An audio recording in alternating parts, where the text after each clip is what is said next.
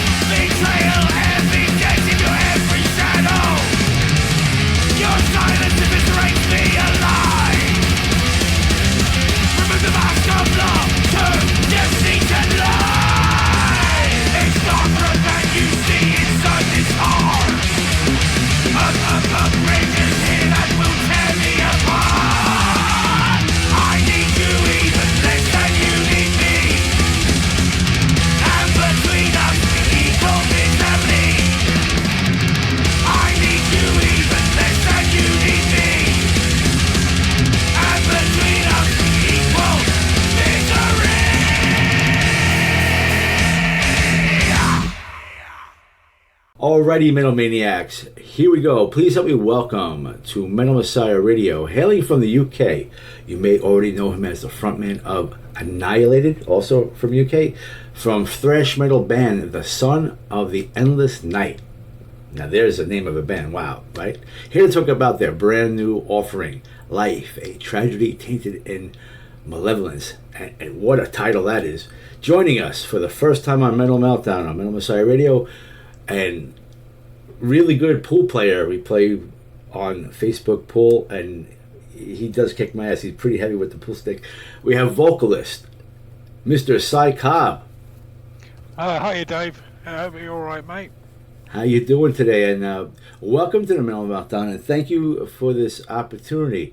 I'm going to enjoy talking to you about your band and this new release. And I have to tell you, I got it on Amazon and in digital format, and what an album. I mean, the introduction is very theatrical, instrumental, and then it just rips, it kicks ass. You got the video out there, and it's just non-stop energy and very energetic music. It really, I look for this aggressiveness. I love the aggressiveness, and I thank you for creating this. And I have to tell you, I am not so familiar with The Son of the Endless Night, but I did not realize that you have a previous album out there, and I also checked that out, and I'm also very impressed by that.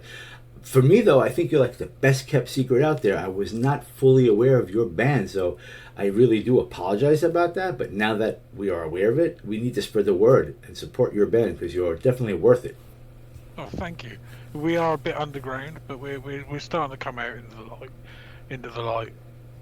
Well, I was reading that the band was created because of the lack of strength in thrash metal, that since the Force from Onslaught and albums like that, the band, The Son of the Endless Night, felt that they had to change the path of thrash to make it strong again, and I think you've accomplished that. Oh, thank you. I think what we were saying was thrash has become sort of a template, and everybody has to sound like that. And if you don't sound like that, you don't get anywhere. So we thought, well, we're different. We're not like that. We want to create something just a bit different. We want to stay true to the sort of 80s thrash that we all love, but we wanted to bring something more vital, more emotional to the music. And like I said, you've accomplished that. And would you please take the time to inform the listeners on who makes up the rest of the band?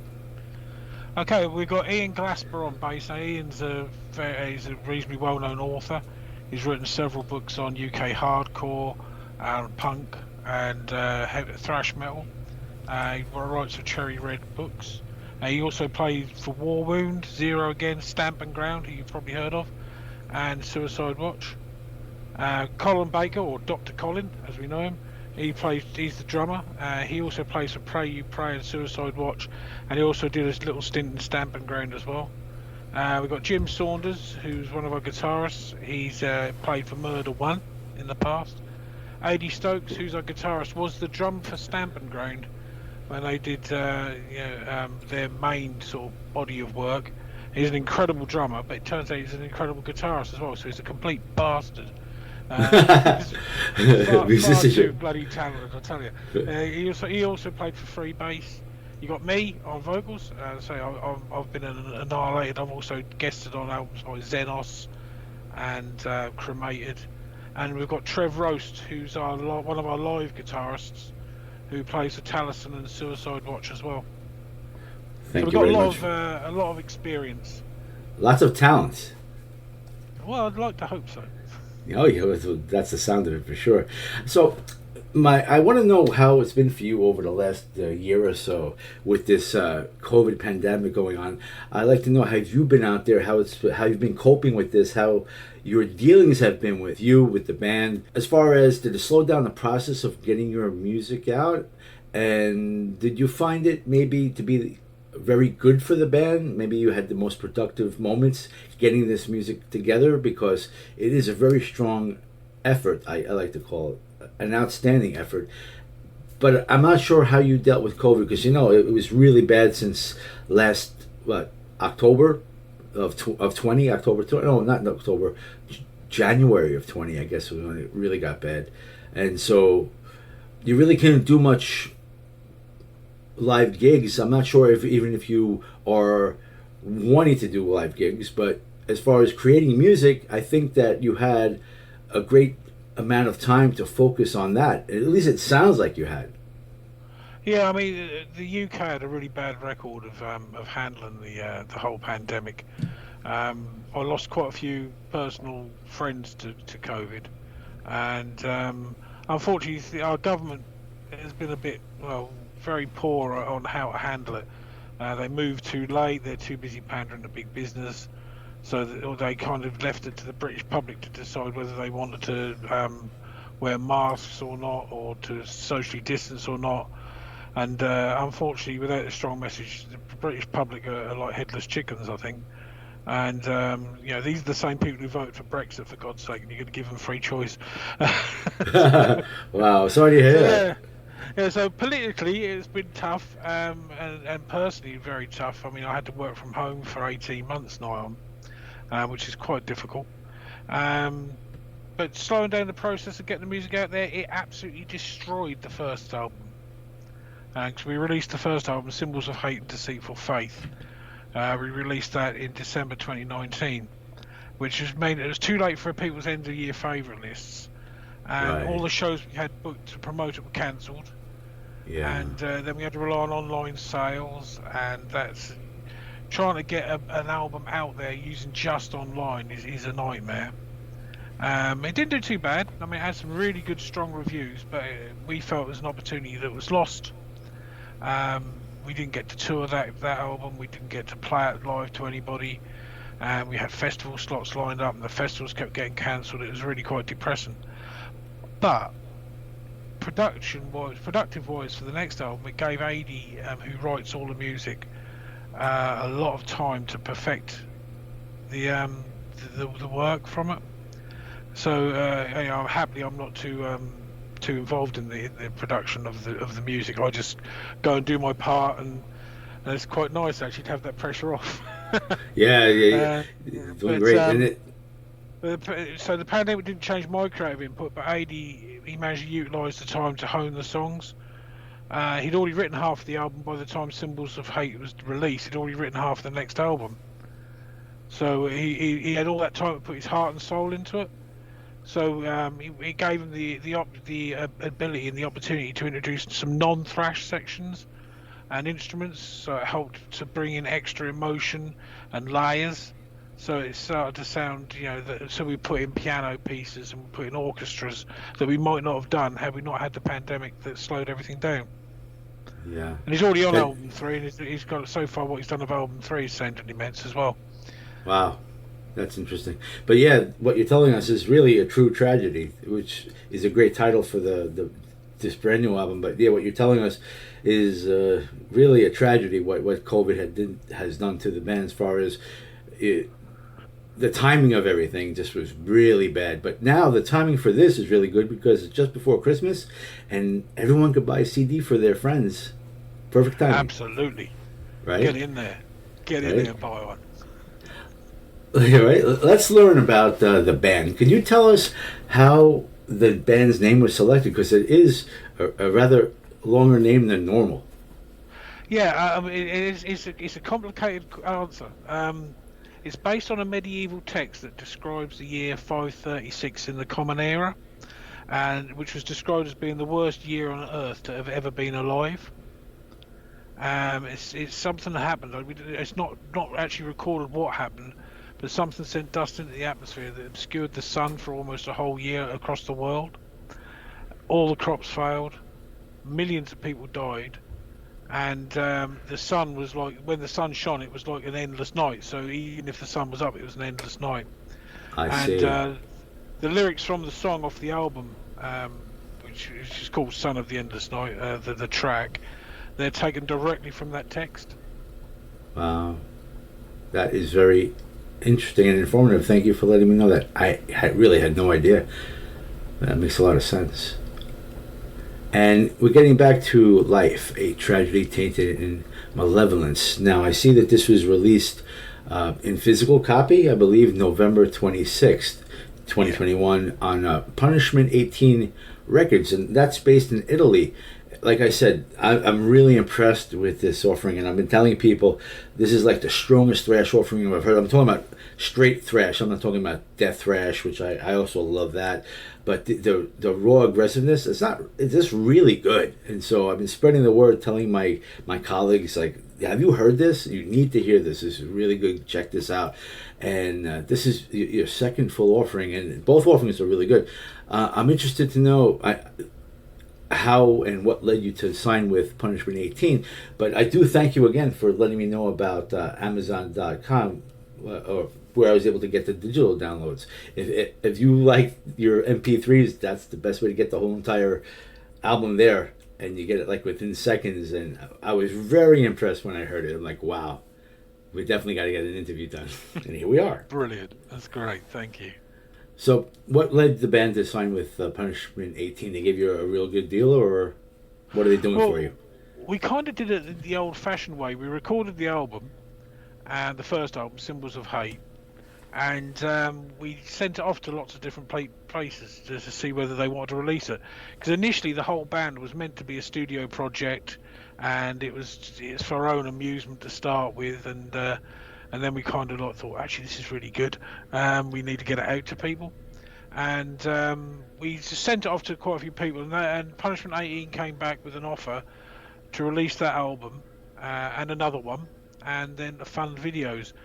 And the way the world works now, you have to get somewhere before someone will give you a deal that makes you any money. So we thought, well, this one, we might not make a fortune out of it, which we're probably never going to make a fortune out of music anyway. If you go into music to make money, forget it. But we get our costs covered, and we get out there, and we get a name, we'll get a reputation, and maybe that will start bringing things in. So they seemed really nice guys to deal with, and they have been brilliant to deal with. They've got a good worldwide distribution network, easy to get on with. So we thought, right, well, let's do the 2 albums with them and see where we go. I hope that all works out for you, because you definitely deserve it. So, Thank you. kudos to you. And I'd like to know more about the making of Life, a Tragedy, Tainted, and Malevolence. Could you tell us what studio this was recorded in, who was responsible for the production, mixing, and mastering this and really intelligent offering? Everything was recorded at Ade Studio. Ade Stokes, our guitarist, he's got his own studio, which is in a little quaint English village. And he was able to record the instruments over a period of months because he had the time because of lockdown. He's a bit of a perfectionist, and he knows exactly what he wants. So he also mixed and produced it. So he writes everything too, right? He writes everything as well. So it's all his vision, and we come in and spoil it for him. And so he mixed it and produced it. And we did the mastering at Jim, the other guitarist. He's got a studio himself called Elegy Studios, and he did the mastering, which kind of brought a whole new dimension into it. And the thing is, the rest of the band all live within a few miles of each other, so they were able to get it perfect. But I live 300 miles away, so I had to wait until the travel ban was over, because we had a travel ban in the UK, and I had to wait until April, May this year to go over and record my parts. I'd spent a lot of weeks shouting in my house, scaring the neighbours. The cat left for a month. My fish died, with me shouting all day. And we wanted to push the vocal delivery, so there were some clean singing parts which we'd never done before, harmonies, and we did some affected vocals to suit the songs. For instance, there's a song called Full Disclosure, which discusses the cover-up of alien contact with Earth, and sort of twists around what is really happening there.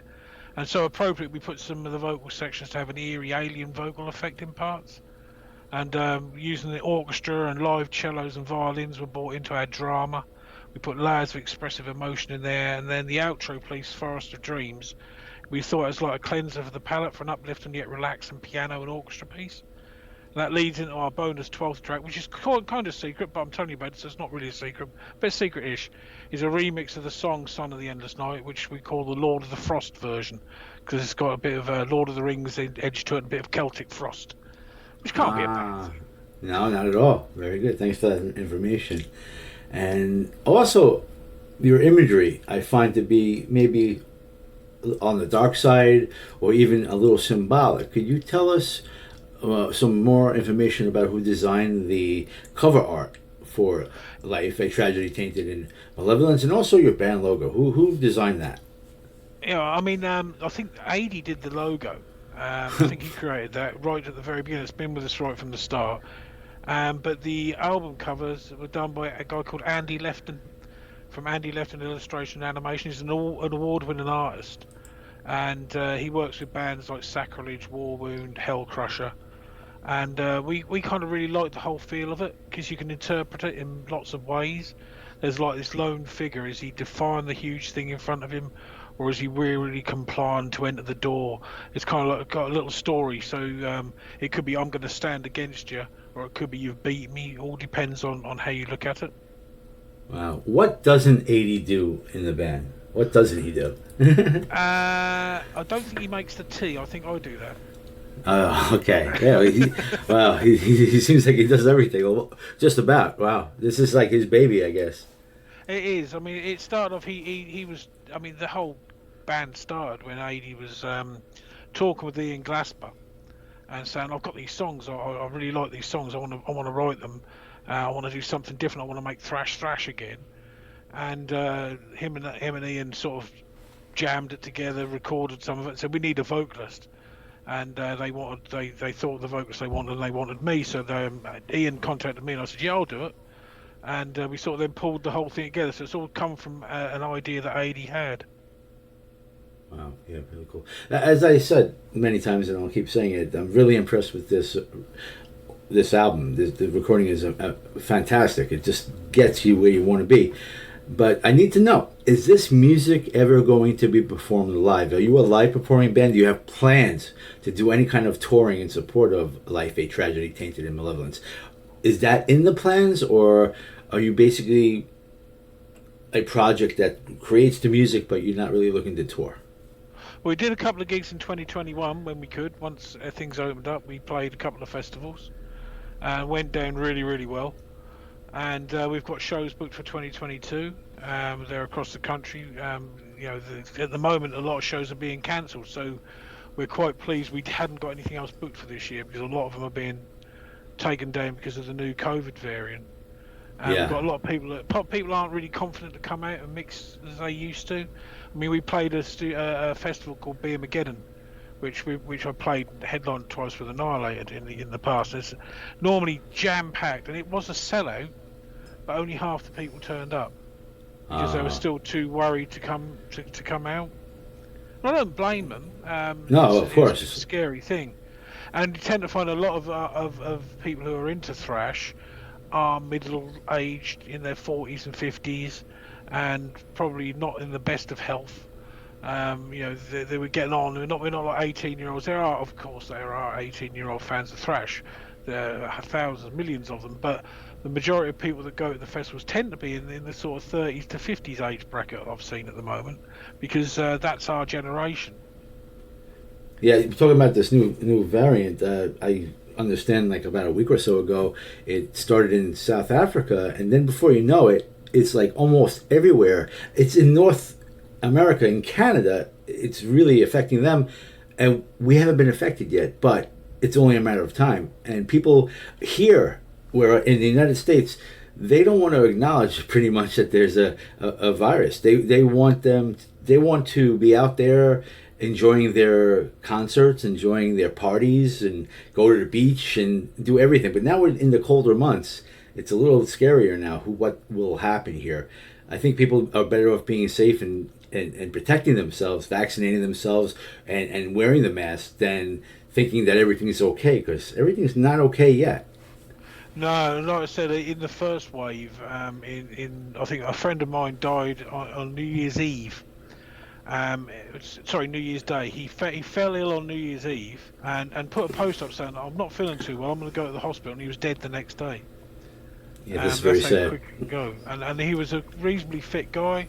Everybody loved him. He was one of the nicest men you'd ever meet, and dead within 24 hours. Wow, that's very sad. For me, that can't. You think to yourself, I'm not risking this. We've lost a couple of our staff here at Minimum Messiah Radio, but as I said, but anyone like in my circle, in my like where I live and my family, I never got COVID.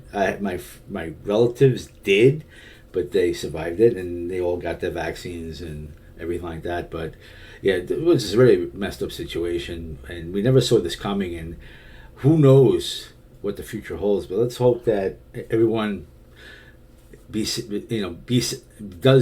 out there, that we could protect ourselves and live our lives again. Yeah, absolutely. I mean, the COVID made other problems for gigs, because all the festivals from last year that were cancelled have rolled over, which has meant there's kind of no places for other bands, or the places for other bands are limited. So all the shows that have been booked a year ago and 2 years ago are now being put on, so that the schedule's really crowded at the moment as well. Yeah, well, it is sad, but we have some good news. You have this album out there, and like I mentioned before, just a little while ago, this would make a perfect stocking stuffer for Christmas, whatever you celebrate. It just makes a great gift. So I want to inform the fans on where would be the best place for them to actually get the physical copy, and of course the digital downloads. Like I mentioned, Amazon is where I got it. That's probably the best place you can get for that. You have it on Spotify, and I want to give a few links out there. You have the Facebook page is facebook.com/UK Thrash, and then you have your Big Cartel page, Son of the Endless Night.bigcartel.com, and then /product, and then you have to put a dash in between every word, but it's Son of Endless Night, Life of a Tragedy Tainted in Malevolence. That's where you would find it on a Big Cartel, but I'm sure if you just put in Son of the Endless Night, bigcartel.com, you'll find it. And you could also get it from punishment18records.com. And a Bandcamp. We haven't got a Bandcamp yet. It could be because Punishment 18 handle all the release, so we kind of at their mercy on that one, and they haven't gone for Bandcamp. I think, as far as I'm aware, physical copies you can order from our Big Cartel page. You can order it from there. Okay. And there are going to be North American and Canadian releases of physical copies, but I don't think that's coming until January, from what I've read. I might be wrong, but I do. There is a distribution set up for America. Will there be any vinyl available? That's something we are asking, because we would like to have some vinyl. So we're seeing if the CD sells well, then there might well be a market for vinyl. Okay, that's good news. And what about other merch? Do you have shirts or hoodies or patches, anything like that available for the fans? At the moment, all our T-shirts sold out. They sold out within a week of them going up. Wow. That's from our Big Cartel shop.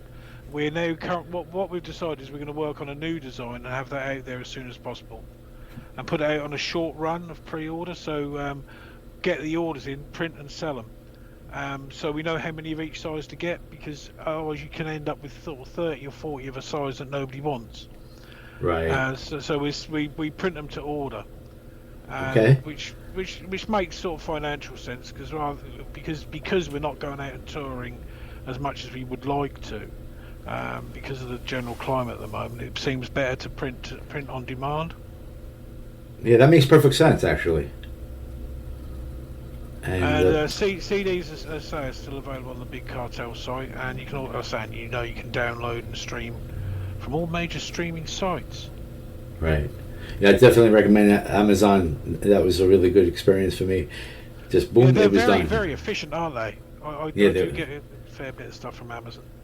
Yeah, I just typed in the band's name and a couple. It was like track by track, but I wanted the whole album, so I just typed in the album, and it came up. Bing, click on the button, pay it with PayPal, it's done. The best way. Excellent. And it's good quality as well. It's a good quality download. It sure is. I mean, for what I'm hearing, I'm very impressed, like I said. And so I'm curious, who runs your band's social pages, including Facebook? Who runs your Facebook? If I said it was Ade, I'd be telling the truth. He really does everything. He does everything. Well, I think Ade's got tech skills. He's a bit younger than me, and I when the internet first happened, I was quite good. I was quite up to date with the tech, but I can't do the stuff he does. So he does our sort of main band page. We have just had a fan page go up, done by a good friend of mine called Chris Heap, and he runs a website called Heaps of Metal, and he's put together a fan page which has been up for a week and has had a fair few people involved already, and it's been reasonably busy. And we've had a positive response to everything we've done so far, which is really pleasing. I mean, any musician will tell you that it's always a stressful sort of thing releasing new music, because music's so subjective. You never know whether people are going to like it. Just because you like it might mean that the people who might buy it might think, oh, I don't like this. So it's always a bit stressful. So it's nice when people put together fan pages and talk about how good it is. It makes you feel a bit better. Yeah. Let's talk about videos now. I have to tell you, someone that you know of, probably from Beer Mageddon, a very good friend of mine. I call her my sister. She used to be called Valkyrie, Renee Lawson. She sent me a video to check out, and I go in to check it out. I'm like, oh, this is nice. And so she made me aware of your band. You know who I'm talking about. And so she's a lovely lady. Absolutely. And she was an awesome DJ when she did this, and she did all these interviews. Top-notch lady. And she told me about this video, so I checked it out. And on the YouTube on Punishment 18 Records, people have to check out if they haven't seen it. Who Let the Night In? It just like, bam! There it is. Like it starts out like a bolt of lightning. Full of energy. We liked that effect. We went for that. We had the bit of silence at the start. We thought people would think, this isn't working. I'm going to turn my stereo up. It's not working. And all of a sudden, bang! Yeah, exactly. Scary. Yeah, but it gets you. It does get, it draws you in, and you did a good job with that, using that as a song to make this video. And I'd like to know some information about this official video you have. I'm really impressed with it. Not only is it a really great video, but it has the lyrics to go along with it. So it's more than a lyric video, though. It's a real video that shows the lyrics with it. So this is awesome. And could you tell us more about the making of this video? Who was responsible for filming it, directing it, editing it, producing it? What studio this was filmed in? And after you give us that detail, if you could tell us if there's plans for future videos that we could count on, because I'm sure there will be. Yeah, I mean, the video is created, produced, and edited by an incredibly talented guy called Ade Pilkington, who owns Very Metal Art. And I've known Andy for several years. I've worked on shows with him, and I've found his work to be exceptional. I mean, he's got a massive reputation. He's worked for Judas Priest, Flotsam and Jetsam, Mordred. He does the artwork for Bloodstock Open Air Festival, hundreds of other bands and festivals. I mean, he's just an incredible talent. And he started off in his shed, I think, and he's now got he's built himself an office, and he's an incredibly busy man. But he's just one of the nicest people you'll meet as well. And we gave him the track, the lyrics, and some general ideas, and said, "There you go." And he's sent us a rough copy, and we did a few tweaks, put some bits and pieces together. Just like I said, can we just have it so there's that silence at the start, and then it hits, and just little bits and pieces that just made it just a little bit extra us. And there you go, done it, brilliant. Top-notch job he did for you, really. Yeah, he's such a talented guy, and we've got at least one more video planned from the album. Which will hopefully be shooting some footage at the end of this month, depending on whether I can get over to the other side of the country or not. I'm not sure what the plan, when it will be planned to be released, but I would have thought it would be February time. It'd be more likely, and but it will announce it as soon as it's ready. I can't tell you what track, I'm not allowed, but it's gonna be one of the slightly different ones off the album. It won't be a straight full face ripper. Like Who Let the Night In, which is a bit of intensity, 2.5 minutes of absolute mayhem. But that's my only complaint. It's too short of a song. I wish it went on for 10 minutes, really. But yeah, I mean, it's that kind of song you think, oh, I'd really want a little bit more of that. But that's what's good about it. Yeah, it's made to be that way. Face, slaps your in the face, and then runs away. That's what draws you in. I know. Yeah. Well planned. And what do you do when you're not doing the band side besides playing pool? I mean, what do you really do to make a living? To make a living, what do you do? I'm a full-time social worker. I work with families that are affected by addiction. So we work with families where alcohol and drugs are a major problem for the kids. Whether it's the mums or dads using that makes life really difficult for the children. And we also work with domestic violence, so we work with victims and perpetrators, so we try and give the perpetrators skills to not be violent, which is hard work, but it's very rewarding. It's a very important job what you're doing. Yeah. Wow. Yeah, I mean, we've done, I think we do incredibly well. We're a small team. I think there's 7 or 8 of us. We've just taken on a new person, and we handle 180 to 200 families at a time. Wow. So, I mean, I'm busy at home. I've got 3 autistic children at home, which means at times I'm kind of limited. I can't go out and do some of the things I'd like to do because my kids like to stay at home. They don't particularly want to travel sometimes. They find it difficult to meet people unless they're really comfortable. So that can take up a lot of time. I like cooking. I did dip my toe into the realm of chili sauce production, but unfortunately lockdown wiped that out. We just had nowhere to sell it. I enjoy gardening. I do a bit of gaming. I've got a PS5. I sit and play on Resident Evil Village as much as I possibly can when the children aren't watching. And I'm a bit of a Marvel nut too. I grew up on the comics in the 70s, so seeing it on the big screen, I'm like a kid in a candy shop. Oh wow! Yeah, I'm sorry to hear about your autistic children. And what are the levels of their autism? Are they vocal or not? Yeah, well, I mean, my daughter who's 13 in December. She's top of her class in everything at school. She's kind of on the Asperger's end of things. She's things have to be just right, or she gets quite freaked out. My son, who's 11, starts his new school in January, which is a special unit. He's vocal, he's very, very intelligent, but he just struggles with people. And my 8-year-old daughter, it took about 2 years to get her back into school because she had some problems. But she's now in school. She has some occasional moments, like the other week when she sat in the sink at school and turned the taps on because she was cold. No, she was hot, sorry, she wanted to cool down. Wow. So she sat there fully clothed in a sink with the water running. But apart from that, you know, they're actually clever kids. They know their stuff. They just struggle with other people. I see. Well, I want to thank you for taking the time to tell us about that. And God bless your children. I wish them the best. Thank you very much. That's really lovely of you. Yeah, I mean, I see autistic kids quite often with my business with the Softee truck. I have a learning center that books me a couple of times of the year, and I see the struggles with the kids of all ages. It really breaks my heart to see them go through that. So my heart goes out to you, Si. Really. Thank you. Yeah. And so getting back to the band, what do you think is next for Son of the Endless Night? You talking about the video, possibly this next video in February? Anything coming up as far as any shows or any other kind of promotion coming up that you'd like to spread the word on? Well, yeah, we've got some shows lined up already for 2022, and we're going to add some more quality ones as the year progresses. We've got a few festivals that we're lined up to do, but I can't talk about them yet until it's booked.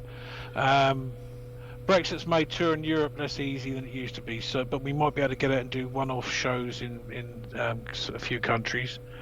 And Ade's already deep into album 3, which you were saying. Which amazing. is sounding incredibly good. It's just another layer of awesomeness for me. Where does he find the time to do this, though? With everything he's doing already, where does he find the time to make another album? Well, he loves it so much. He runs his own business, and so when he gets a chance to sit down and play guitar for a bit, he's got a little studio set up at home. He can just plug in and record stuff. I just think he enjoys it so much, and he's got a very forgiving wife. Oh yeah, well, both are very important. The love for what he's doing and having an understanding wife makes it work. Life, the album Life, A Tragedy Tainted by Malevolence, was recently voted the best UK thrash metal release of 2021, which was pretty amazing. It'd been out for less than a week when it got voted that, so that was really appreciated. I'm not surprised, because I said to my colleagues, this is like the best thrash offering I've heard in a very long time. So yeah, outstanding news. Congratulations. Thank you. And are you currently active or still associated with Annihilated? I remember I've gotten with your drummer Bod a couple of times for a couple of interviews, and he likes to have his interviews. He's a very good talker. But are you still have anything to do with them? Is the band active, first of all? We're no longer a viable live unit. Bod can't drum at that level anymore because he's got problems with his joints and his hands. And we made the decision to stop playing live because if we couldn't be on top of our game, it'd detract from all of our achievements. Anti-Social Engineering was voted the best UK thrash album of 2015. Last year it won the best UK album of the last 10 years. And you can't go on a better note, so we thought it'd be a massive shame for anything to detract from that, because if we couldn't perform at that level, it would be a disappointment. And I could have carried the band on without Bod, but it'd just been me left from the original band, and that's more of a tribute act than anything else. We just got you. Now's the time to end it gracefully, and people still thinking, wow, that was a massive album. They were brilliant on that tour. Last time I saw them, they were absolutely on fire. That's how I'd like people to remember Annihilated. I mean, there's people who still remain active when the band still exists. And we're still selling merch, we're still doing signing stuff, we're still doing interviews. It's not dead. It's kind of just evolved into a new form of life. So this won't be like an institution. I got you. I appreciate you taking the time to explain that to us because I wasn't sure about that. And being that we're here to talk about Son of Endless Night, I didn't want to take away from that. But being that you are vocalist of Annihilated, I just wanted to make sure if there was anything we could catch the fans up to speed, we could, and you did, and I do appreciate that. Oh, thank you. No problem at all. And I really want to thank you for spending time with us on Metal Meltdown on Metal Messiah Radio. I'm really glad that we had this chance to do this. It's our first time, and I'm sure we'll have future times to do this. With every new release you have out there, please let me know and give me a heads up so we could book it and do another interview, because it's been a real pleasure to talk with you. And I just want to make sure before we say anything to the fans that are tuning in, if there's anything else that you would like to mention, to bring out there to the world that we have yet to discuss, I want you to feel free to talk about anything that you'd like to. Well, I'd just like to say thank you for your support and for the support of the people that follow us. Bands can't exist without friends and family and fans, and keep enjoying the music. Enjoy everything you hear. If you like it, you like it, it's good. There's so much more to come from Son of the Endless Night, and hopefully we can expand people's listening pleasure. It'd be really amazing to one day be able to stand in front of you all, and kick some serious ass live. I'd love to get over to the States and do a show or 20, and it's what we live for. We live for that, just making people happy. Even if we would love to see you. If they bang their head and shout and scream and go, "Ah!" It's still brilliant. That's what makes it worthwhile for us. We would love to see you here in the States. I'd love to meet you in person. It'd be awesome. Yeah, outstanding. It'd be great. Yeah. Beyond that, is there anything else that you'd like to say to your fans that are tuning in? I think you pretty much said it, but just want to make sure before we go. No, I think that covers it. Just thank you. You've made an old man very happy.